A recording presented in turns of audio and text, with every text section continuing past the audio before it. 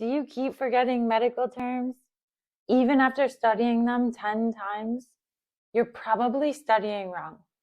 Let me show you the method that helped me get straight A's throughout nursing school and how you can use it to study medical English. In this video, I'll show you how to use my favorite study method, active recall, by practicing real study examples in medical English. Active recall means pulling information out of your brain without looking at the answer. Ever wonder why you always remember the questions you got wrong on an exam? That's because your brain struggled and learned in that moment. That's the power of active recall.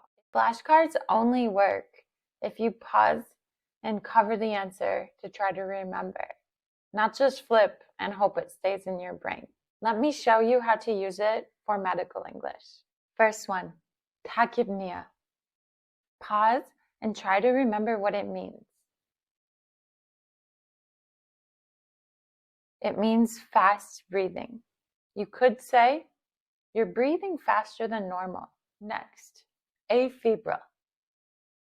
Try to recall. It means no fever.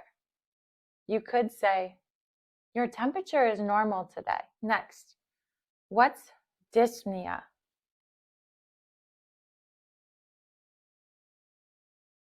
Dyspnea means short of breath.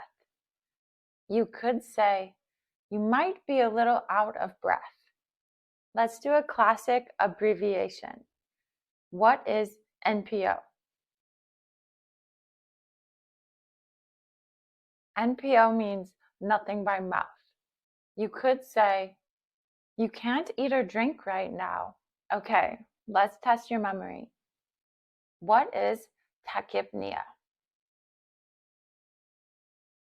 It means fast breathing. How about afebrile? It means no fever. Next, dyspnea. It means shortness of breath. How about NPO? It means nothing by mouth.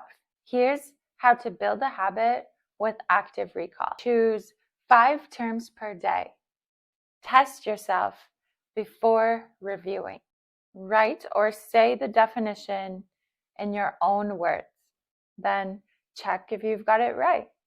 That little struggle is the secret, not rereading over and over. If you want more terms to study like this, I made a study guide with medical terms and layman's terms. You can use it for active recall. Let me know how many you remembered in the comments. Don't just study harder, study smarter. Thank you. See you next time.